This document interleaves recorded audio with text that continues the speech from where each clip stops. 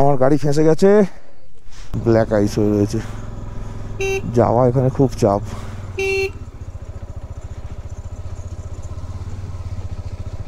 Good morning from Tawang.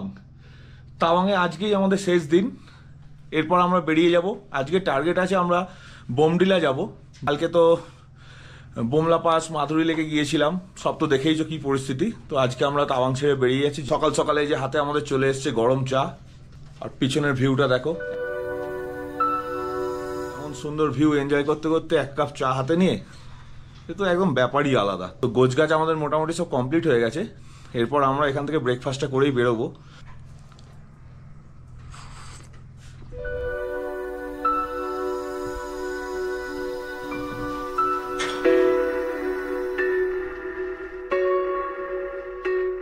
বাইকে luggage সব packing complete. বুবাইয়ের একটু ছোট্ট কাজ বাকি আছে, করছে। আর সব থেকে বেশি লাগেজ আমার গাড়িতেই আছে, সব থেকে ছোট লাগেজ কিন্তু সুমন্তর।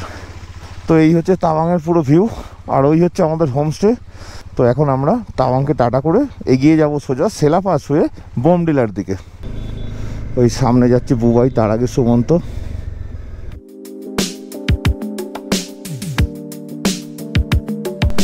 ভিউ দেখো বন্ধু, পাইন গাছের ভিউ।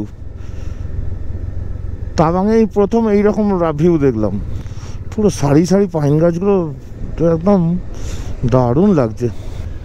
এই রাস্তাটা খুব ঢাল, এই দেখো কি সুন্দর লাগছে।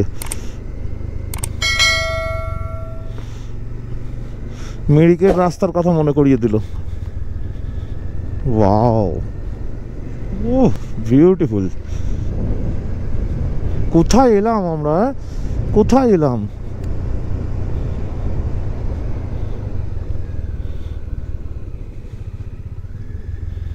रास्ता अच्छा, जल्दी पहुंचेंगे किस साइड?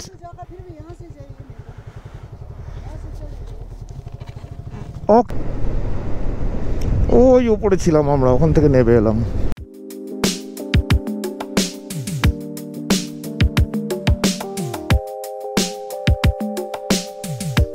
তাওয়াং শহর ছেড়ে আমরা বেরিয়ে যাচ্ছি। ওইটা ছিল তাওয়াংয়ের গেট।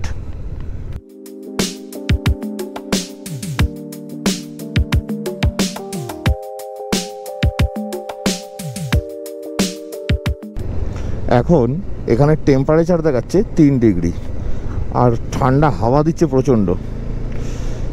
বাইক লোড করার সময় গরম করছিল, এত লাগেজ বাঁধাবাঁধি করেছি, লাগেজ টাগেজ বেঁধেই বাইক স্টার্ট করেছি। এরপর কিন্তু বেশ হাওয়াটা লাগছে গায়ে, ঠান্ডা ঠান্ডাই লাগছে এবার।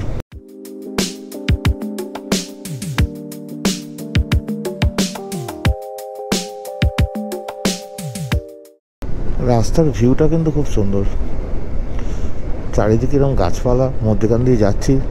আর আশেপাশে পাহাড় তো ছেড়েই দাও, মাথা উঁচু করে দাঁড়িয়ে আছে। ওপর থেকে দেখা একটা ছোট্ট ঝর্ণা নেমে আসছে, এদিক থেকেও একটা নদী, আমরা রয়েছে একটা ব্রিজের উপর, এই যে। আর এই দিকের ভিউটা ঠিক এইরকম। আমরা তাওয়াংয়ে যে হোমস্টেটায় ছিলাম, হোমস্টেটাও তোমাদের দেখিয়েছি, খুবই পরিষ্কার পরিচ্ছন্ন, সব কিছুই ভালো। ওটার পার ডে ভাড়া নিয়েছে 2000 করে।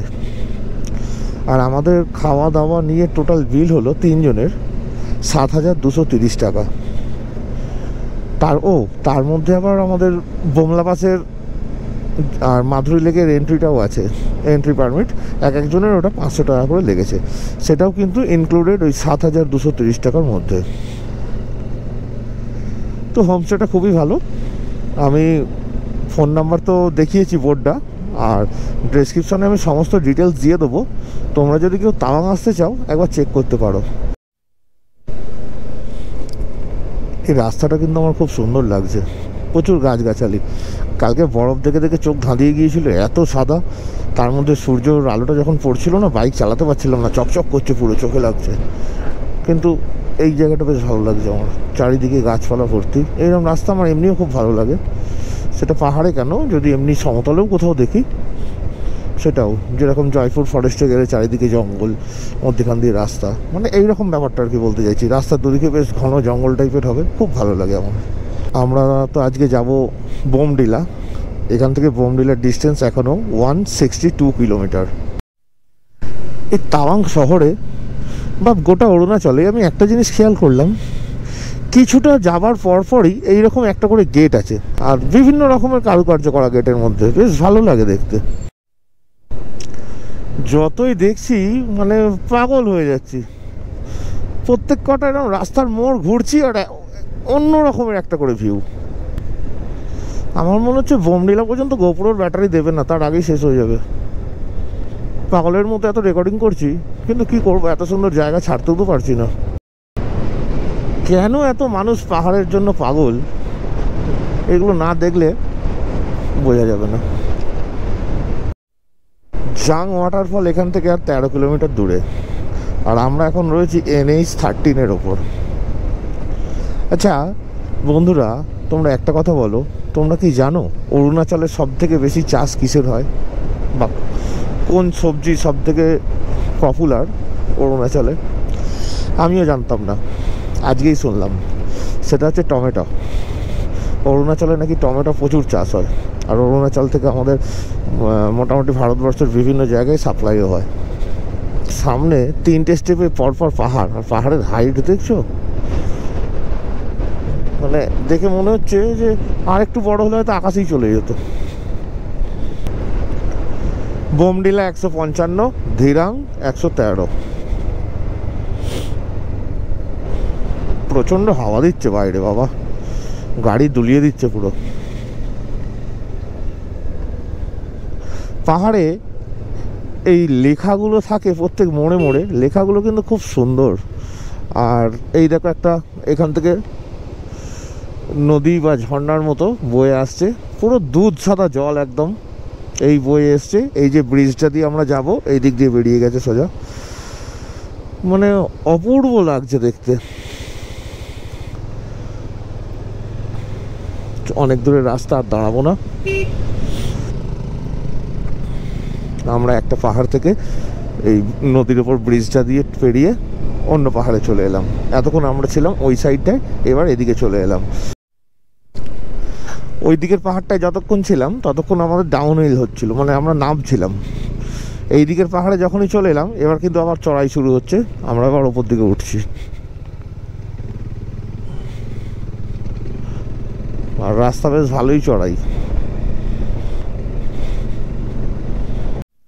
ওই যে দূরে রাস্তাটা, ওই রাস্তাটা দিয়ে কিন্তু আমরা এলাম, এসে ব্রিজটা টপকে আবার এই দিকে চলে এলাম।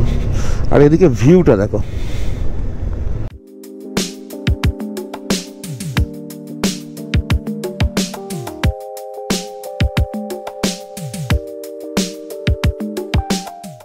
অরুণাচলে এসে এই প্রথম একটা ওয়াটার ক্রসিং পেলাম।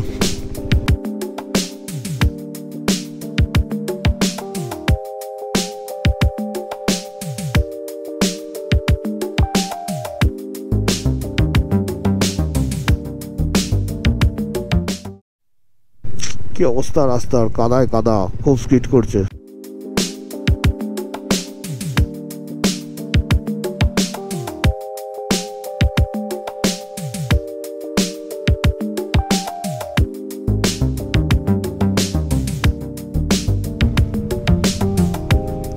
কি হলো? না চাকায় লেগে নেই, ওই হালকা ফুলকা সাইডে আছে, ওটা খুলে চলে যাবে। চলো,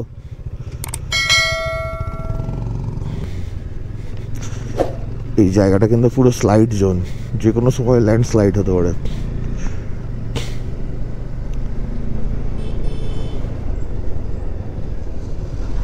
এই জন্য এইসব কার্ভগুলো খুব সাবধানে গাড়ি চালাতে হয়, একদম স্পিড মেনটেন করে গাড়ি কন্ট্রোলে, কোনো তাড়াহুড়োর দরকার নেই। এই যে সামনে শহরটা দেখা যাচ্ছে, এটা হচ্ছে অরুণাচল প্রদেশের ছোট্ট শহর জাং। আর সেই বিখ্যাত ওয়াটারফলটা এই শহরের মধ্যেই পড়ে, জাং ওয়াটারফল। এই আর একটা বৌদ্ধদের ছোট মনেস্ট্রি। তাওয়াং থেকে প্রায় 50 কিলোমিটার গাড়ি চালিয়ে আমরা এখন এসে একটা ভিউ পয়েন্টে দাঁড়িয়েছি। এই জায়গাটার নাম হচ্ছে জাং টপ, আর এখান থেকে টোটাল এই ভিউটা এইরকম।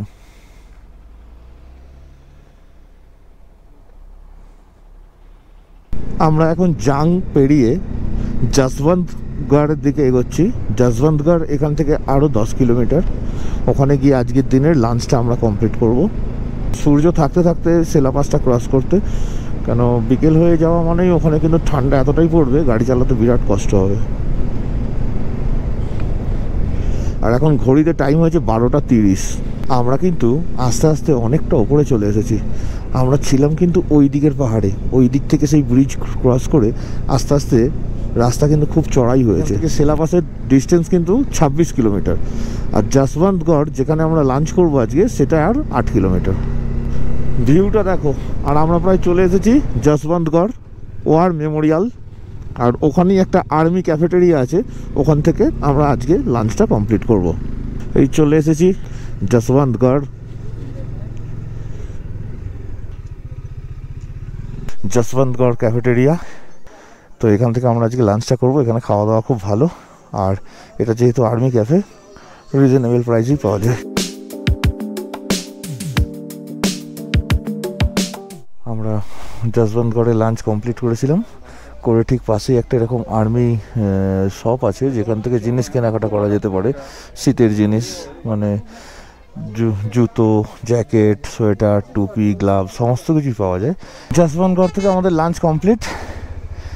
একটু আর্মি শপ আছে একটা, ওখানে গিয়েছিলাম কেনাকাটা করবো বলে, কিন্তু সেরকম কিছু পছন্দ হলো না, আর এত লাগেজ হয়ে গেছে সেই জন্য আর কিছু নিলাম না। এখন আর্মিদের সব লাঞ্চের টাইম, সেই কারণে এখন ভিড় একটু বেশি, প্রচুর ট্রাক এসেছে। সেলা পাস হচ্ছে 13,700 ফিট ওপরে, আমরা মোটামুটি 12,000 ফিট ওপরে রয়েছি। এই যে দেখেছো এখানে বরফগুলো দেখো, জল মানে সুতোর মতো পড়তে পড়তেও বরফ হয়ে গেছে।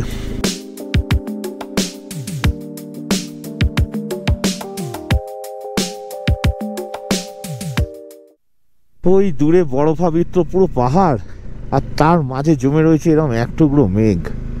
মায়াবী পরিবেশ ছাড়া আর কি এটা, নিজের চোখে বিশ্বাস করতে পারছি না, মনে হচ্ছে যেন স্বপ্ন দেখছি, এত সুন্দর হতে পারে। পাহাড়ের গায়ে অসংখ্য পাইন গাছ রয়েছে, আর বরফ পড়েছে তো পাইন গাছের পাতাগুলোর ওপর, সেই মনে হচ্ছে দেখো পুরো ফুল ফুটে রয়েছে। ওই দূর থেকে দেখো পুরো সেই ক্রিসমাস ট্রি হয় ওই রকম লাগছে পুরো। আর ওই যে সুন্দরী সেলা, তার সাদা রং ছড়িয়ে রোদের ছটায় ঝলমল করছে। আমরা দুদিন আগে যখন সেলা পাস ক্রস করেছিলাম বরফ ছিল ঠিকই, কিন্তু এই হারে এত বরফ ছিল না। তো কালকে আমাদের হোমস্টের যিনি অনার তিনি বললেন যে কালকে ভোরের দিকে নাকি প্রচণ্ড স্নোফল হয়েছে সেলা পাসে, আর সেটা আজকে এসে আমরা সত্যিই দেখতে পাচ্ছি। দেখো বরফ, এদিকে বরফ দেখো পুরো ঢেকে গেছে। কিন্তু একটা প্রকৃতির অদ্ভুত ব্যাপার, ওটাও পাহাড় এটাও পাহাড়ে দেখো বরফে ভর্তি, ঠিক রাস্তার এপারের পাহাড়ে দেখো কোনো বরফ নেই। বরফ দেখো,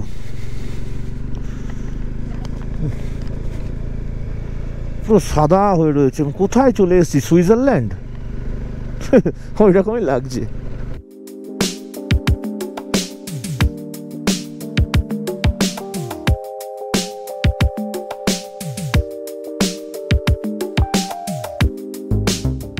উফ,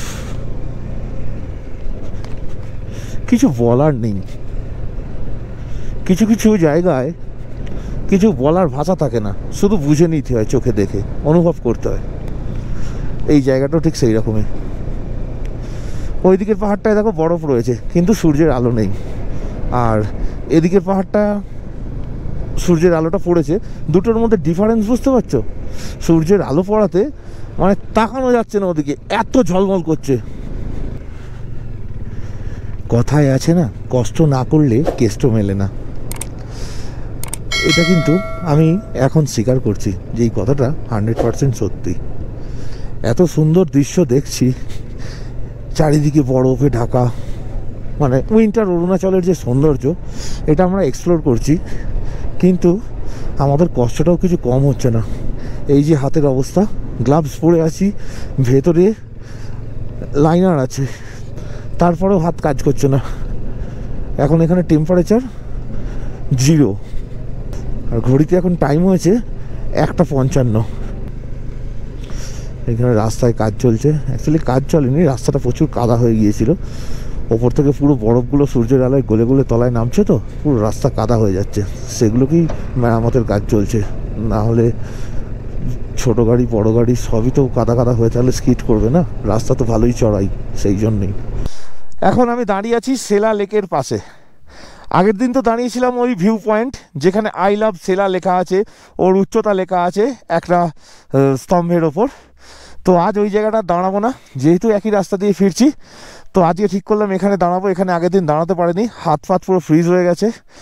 আর যখন বরফ না থাকে তখন হয়তো এই ধার দিয়ে একটা রেলিং আছে, এদিক দিয়ে ওই লেকের তলা পর্যন্ত নামা যায়, কিন্তু এখন বরফের জন্য ওখানটা নামা বন্ধ। এখানে একটু শ্বাসকষ্ট হচ্ছে। আর এক ঝলকে তোমরা সম্পূর্ণ সেলা লেকের ভিউটা দেখে নাও।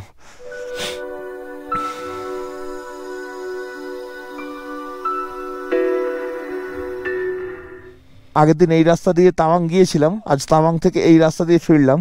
আর এই দিক দিয়ে সোজা ওই যে দূরে গেট দেখা যাচ্ছে, ওই গেট দিয়ে আমরা নেবে ধিরাঙের দিকে চলে যাব। সেলা লেক থেকে কিছু ছবি টবি তুলে কিছুক্ষণ দাঁড়িয়েছিলাম, কিন্তু বেশিক্ষণ দাঁড়ানো যাচ্ছে না, মানে চোখ নাক দিয়ে জল বেরিয়ে যাচ্ছে, এত তীক্ষ্ণ ঠান্ডা হাওয়া। তো জায়গাটা এত সুন্দর লাগছে, এত দূর থেকে এলাম, ওই জন্য একটু দাঁড়ালাম, দাঁড়িয়ে কয়েকটা ছবি তুলেছি, পাচ্ছি না আর কিছু করতে। বেরিয়ে যাবো সোজা। এখন আমাদের আজ এখনো অনেক দূর যেতে হবে। এই যে এইখানটায় আগের দিন এসে ছবি তুলেছিলাম, এই যে 13,700 ফিট। আজকে দাঁড়ালাম না, বেরিয়ে যাচ্ছি। সামনে অবস্থা দেখো, সেলা লেকটা পার করে জাস্ট 1 কিলোমিটার এসেছি। এই সাইডে রোদ্দুর দেখা যাচ্ছে, বরফ, আর এদিকে দেখো মেঘটা ঢুকে গেছে, কিচ্ছু দেখা যাচ্ছে না। ওপর থেকে কোনোভাবেই হোক এই ট্রাকটা পড়েছে, বড় আর্মির ট্রাক, কিন্তু অবস্থা দেখো কিচ্ছু নেই, পুরো চিড়ে চাপটা হয়ে গেছে। এই জন্যই সবসময় বলি যে এই ফগেতে খুব সাবধানে ধীরে সুস্থে গাড়ি চালাও। আমরা এখন চলে এসেছি বৈশাখী, ঘড়িতে টাইম হয়েছে 3:27। এই যে এইখানটা আই লাভ বৈশাখী, এটা আর্মি ক্যাম্প, ওপরে গৌতম বুদ্ধের একটা মূর্তি আছে, সেলা ওয়ারিয়ার্স, আর এই যে ইন্ডিয়ান ফ্ল্যাগ পুরো পাথর দিয়ে। এগুলো হাওয়ায় কি সুন্দর দুলছে, কি সুন্দর দেখতে লাগছে। দেখো দেখো এখানে মেঘলা, ওই দূরে পাহাড়টায় দেখো মেঘের ফাঁক দিয়ে রোদ্দুর পড়েছে, মানে মেঘ এত রয়েছে, রোদ্দুর আছে কিন্তু এখন আকাশে। এখন ঘড়িতে টাইম হয়েছে 3:55, আর ওয়েদার ওপরে যেরকম ছিল একদম ঘন মেঘ কুয়াশা, সেটা অনেকটা কেটেছে। অনেকক্ষণ ধরে রাইড করছিলাম, আর এইরকম ওয়েদারে গাড়ি চালিয়ে না শরীরটা কেন ম্যাচ ম্যাচ করছিল, তাই এই হোটেলটায় দাঁড়িয়েছি, যদি একটু কফি টফি কিছু পাওয়া যায় খাওয়া দাওয়া করবো। RN লামা হোটেল, এমন একটা দোকানে দাঁড়িয়েছি একটু চা কফি খেতে। সেখানে সব ফ্যামিলির লোকজন বসে আগুন সেঁকছে, আর এই বাচ্চাটাকে কি কিউট দেখতে। তো আমরা একটু টিফিন করলাম এখান থেকে, খেলাম হচ্ছে একটা করে ব্ল্যাক কফি, আর সাথে একটা করে এগ ম্যাগি। তো খাওয়া দাওয়া কমপ্লিট। এখন কিন্তু বাজেনি বেশি, আমরা আধা ঘন্টার মতো ছিলাম এখানে, তার মধ্যেই পুরো অন্ধকার হয়ে গেছে, রাস্তাঘাট পুরো অন্ধকার। আর এই যে হোটেল, এখান থেকে এখন আমরা স্টার্ট করে বেরিয়ে যাব। তো চাটা খেয়ে আমরা বেরিয়ে গেছি, আর এখন রাস্তার পরিস্থিতি এইরকম, চারিদিকে গাছপালা, মধ্যখান দিয়ে রাস্তার কন্ডিশন ভালোই। ঘড়িতে টাইম হয়েছে এখন 5:02, আর আমাদের গাড়ির আলো ছাড়া রাস্তায় আর কিচ্ছু মানে আশেপাশে দেখা যাচ্ছে না। এখান থেকে বোমডিলা ডিস্টেন্স হচ্ছে 78 কিলোমিটার। এখন আমরা পেরোচ্ছি ধিরাঙের মেন মার্কেট। ধিরাং শহরটা মোটামুটি ভালোই বড়, আর এখানে অনেক দোকানপাট, মার্কেটটাও বেশ বড়। আমরা বোমডিলা ঢোকার 10 কিলোমিটার আগে একটু দাঁড়িয়েছিলাম, মানে দাঁড়িয়েছিলাম বলতে জাস্ট আমাদের তো কোনো হোটেল বুকিং নেই, তাই একটু নেটে সার্চ করলাম, এক জায়গায় দাঁড়িয়ে চা খেতে খেতে একটা হোমস্টে বুকিং করলাম, হচ্ছে 10 লাকি হোমস্টে। তো ওরা বললো হ্যাঁ রুম আছে, হয়ে যাবে, অ্যাভেলেবেল আছে, চলে আসতে। 2200 টাকা 3 জনের বলেছিল, তো ওটা একটু বার্গেটিং করার পর 2000-এ রাজি হয়েছে। আমরা ঢুকে গিয়েছি বোমডিলা, আর এই দেখতে পাচ্ছ আলো জ্বলছে সব জোনাকির মতো, এটা হচ্ছে বোমডিলা শহর। আর এখান থেকে আমাদের হোমস্টে 2 কিলোমিটার, সময় দেখাচ্ছে 7 মিনিট, ঘড়িতে টাইম হচ্ছে 7:27। আর আজকে আমরা তাওয়াং থেকে বোমডিলা প্রায় 176 কিলোমিটার রাইড করে এলাম। তো ফাইনালি আমরা এখন চলে এসেছি 10 লাকি হোমস্টে। এই টোটালটা হচ্ছে 10 লাকি হোমস্টে, অনেকটাই বড়, হোটেলের মতো। এটা হচ্ছে 10 লাকি হোমস্টে, সিঁড়ি দিয়ে উঠে প্রচুর রুম আছে, আর এখানটা একটু ক্যাম্পিং হয়, টেন্ট আছে। অন্ধকারে এখন তো ভালো বোঝা যাচ্ছে না, চলো তোমাদের রুমটা দেখাই। আর বাকিটা কাল সকালে দেখিয়ে দেবো। আমাদের আজকের রুমের নাম হচ্ছে পেমা। প্রথম ঝলকে এই রুমটা বেশ সুন্দর, অনেকটা বড়। এখানে একটা সিঙ্গেল খাট, তলায় কার্পেট পাতা। এখানে একটা খুব বড় খাট আছে, আর সমস্ত জিনিস হ্যাঙ্গিং করার জন্য এই জিনিসটা খুব ভালো। বেশ বড় সড়োই রুম। আর এখানে বাথরুমটাও দেখিয়ে দিই। এই যে এটা হচ্ছে বাথরুম। বাথরুমটাও বেশ বড় সড়ো, পরিষ্কার পরিচ্ছন্নই আছে। झंझन बड़ियो तिरसना सा ला ला ला ला ये ओ गाँव माँ ये ओ छाव माँ झंझगाना बीर रे तिरसनाई सरे मन का कोरा तिरसनाई दिन दिन बरे तारे ली तिरसनाई सरे ये दुनिया है काला बाजार ये पैसा बोलता है ये पैसा बोलता है मैं गोल हूँ दुनिया गोल मैं गोल हूँ दुनिया गोल जो बोलूं बोल तो सबकी बोल ये पैसा बोलता है ये पैसा बोलता है ये पैसा बोलता है ये पैसा बोलता है তাহলে কালকে মনে রাখবে, পাম্পি রুম থেকে বলছি যে ব্রেকফাস্টটা দিয়ে দাও, আমরা বেরিয়ে যাবো। जागले के फिर ये हंसी रात न हो शायद फिर से जन्म मुलाकात हो न हो हरी समय सक्से रमय रो ए हमरे हमरू समय हरमाय उनको कामय हमरू युग को पानी रमरो। তো এখন রাত্রির টাইম হয়েছে 10টা। আমাদের ডিনার পুরো রেডি। এখানে রাইস আছে, এখানে আছে ডাল, এখানে আছে চিকেন স্টু, আর এখানে একটা সবজি আছে, এখানে আছে সালাড, তার সাথে পাঁপড় ভাজা, আর এই হচ্ছে চাটনি আচার। 10 লাকি হোমস্টের ব্যবস্থাপনা খুবই ভালো। এখানকার ডাইনিংয়ে ফায়ারপ্লেসের সামনে বসে আমরা খুব এনজয় করলাম। সাথে ছিলেন এখানকার অনার এবং ম্যাডাম। তো আজকের ভিডিওটা আমরা এখানেই শেষ করছি। ভালো লাগলে লাইক, শেয়ার আর সাবস্ক্রাইব করতে ভুলবে না। তাড়াতাড়ি দেখা হবে পরের পর্বে। ততক্ষণ সবাই ভালো থেকো, সুস্থ থেকো।